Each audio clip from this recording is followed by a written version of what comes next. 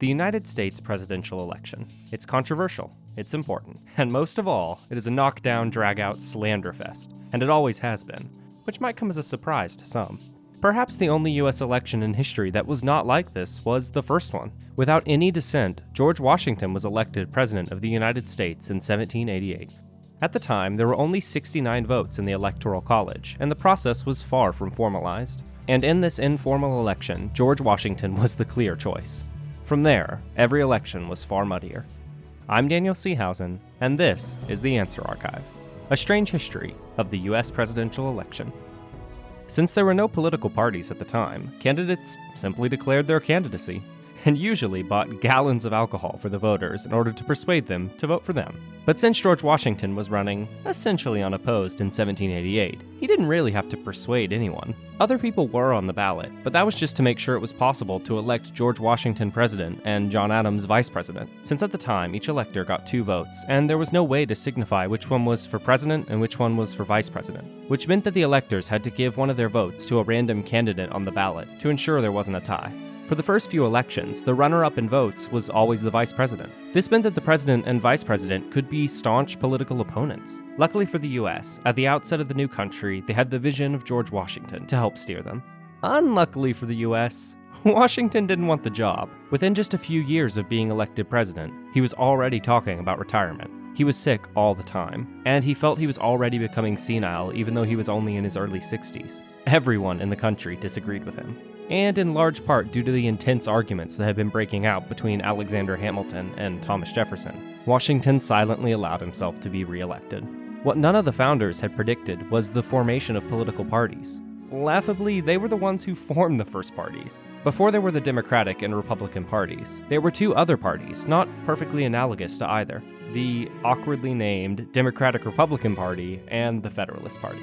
The Democratic Republicans, which unfortunately were usually called Republicans, even though they are not the same as modern Republicans, eventually split into 4 parties.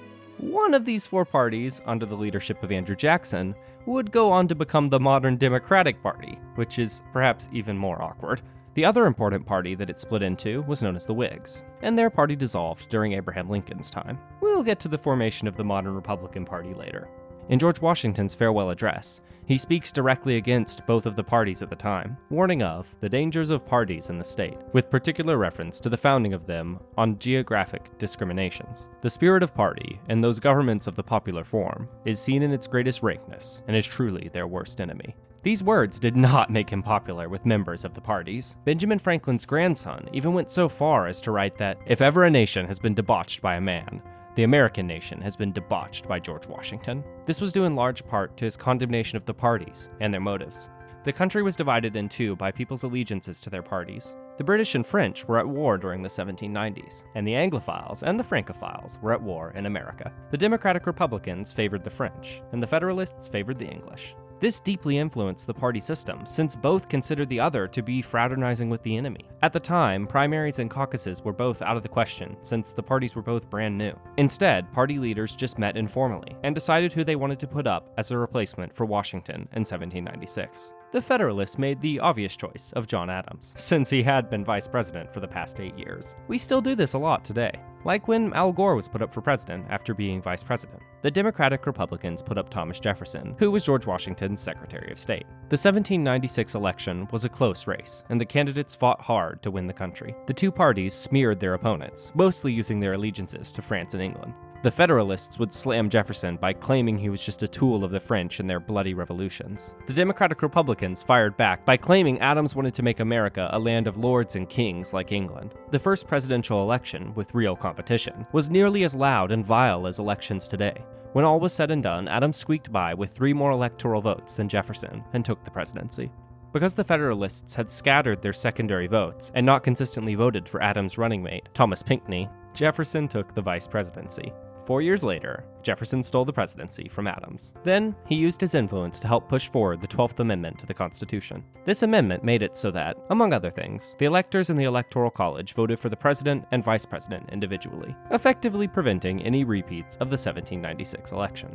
The VP and president would now always come from the same party. The 12th Amendment was the last major change to the electoral process. And though parties would come and go over the course of the decades, the system remained largely unchanged from here on out. Before we start talking about those party changes and the circumstances that created them, let's investigate the Electoral College's creation a little more closely. In 5 presidential elections, the presidency was awarded to a candidate who did not win the most votes. 4 of those were because of the Electoral College. Nowadays, people frequently bemoan the existence of the Electoral College, since it causes candidates to only campaign in swing states, while ignoring massive population centers like California and Texas, who vote quite consistently in every election cycle.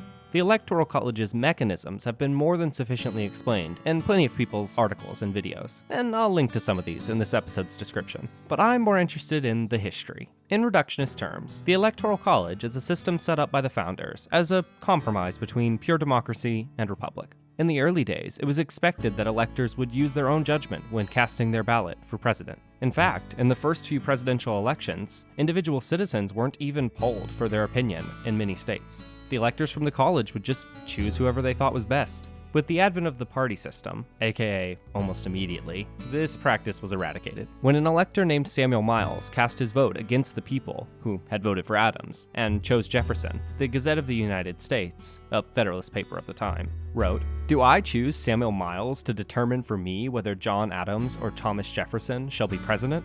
No! I choose him to act, not to think." Nowadays, almost no one thinks of the Electoral College as a check on democracy. In fact, in 29 states and DC, voting against the wishes of the people, which makes you a faithless elector, is a punishable offense. This means that essentially the Electoral College is just 51 popular votes, split into the 50 states and DC.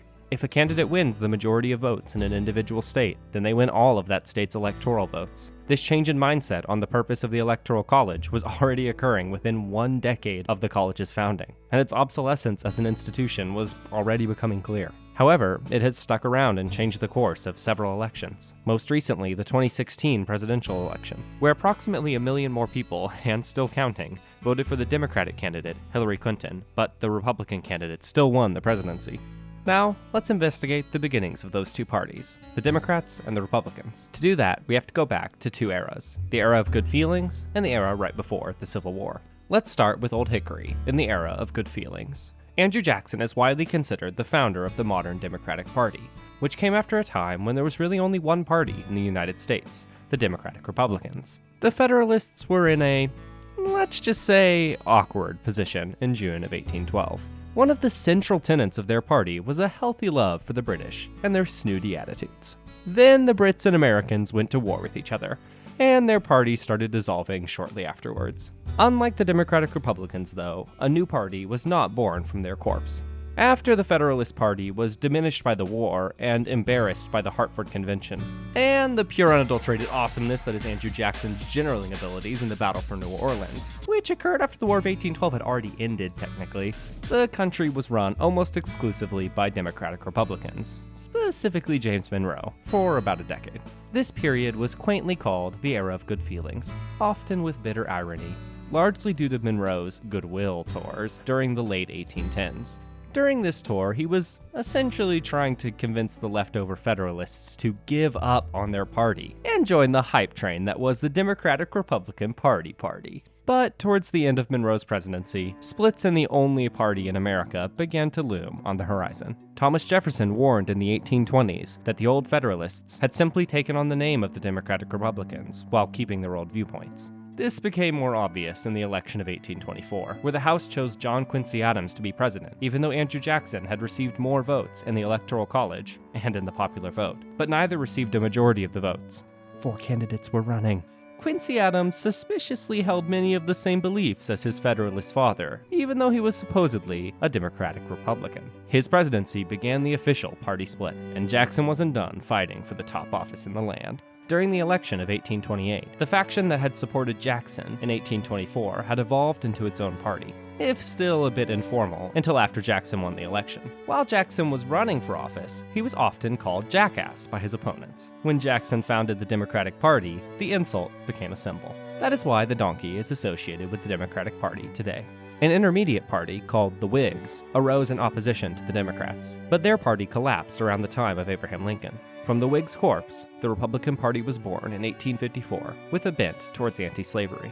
Abraham Lincoln was elected the first Republican president on November 6, 1860. From there, everything has remained mostly the same in the electoral system, other than giving new people rights to vote every few decades. And that brings us to today. Over time, the United States has become more and more democratic. In the early days, we were far closer to a republic than now. A movement called the National Popular Vote has been working towards making the presidential election based on the popular vote rather than the Electoral College vote. So far, 10 states and D.C. have passed legislation that means that their electoral votes will go to the winner of the national popular vote, under the stipulation that there must be enough states signed onto this plan to win the election, aka 270. 10 states may not seem like much, but their electoral votes total 165 of the necessary 270. With a little over 100 more votes, the popular system would take over in America. That may be the next biggest change on the horizon in our electoral system. Hope you enjoyed. And as always, thanks for watching.